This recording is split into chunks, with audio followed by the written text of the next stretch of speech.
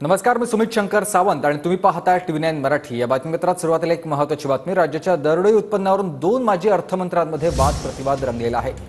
महाराष्ट्राला मागे टाकत गुजरात दरडोई उत्पन्नामध्ये मागे गेलाय आणि महाराष्ट्राची 6व्या स्थानी घसरण झाल्याचं जयंत पाटील यांनी टीका करताना म्हटलंय। त्यावर किती खोटं बोलायचं असं म्हणत देवेंद्र फडणवीस यांनीही जयंत पाटलांना उत्तर दिलंय। तर काय ट्विट केलं आपण बघतोय। ग्राफिक्सच्या माध्यमातून जयंत पाटलांनी दरडोई उत्पन्नामध्ये क्रमांक 1 वर असणारा महाराष्ट्र 6व्या स्थानी गेलाय। गुजरातही आपल्या पुढे गेलंय। 2022-23च्या अहवालात महाराष्ट्र 5व्या क्रमांकावर होता। तर फडणवीसांचं त्यावर उत्तर आहे, जयंतराव खोटं बोलायचं तरी किती?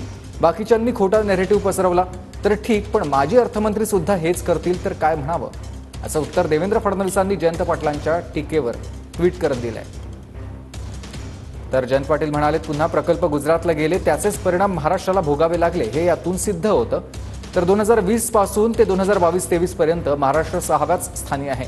आपल्या बाकीच्या आरोपांवर अजितदादा बोलतीलच, असं उत्तर फडणवीसांचं त्यावर।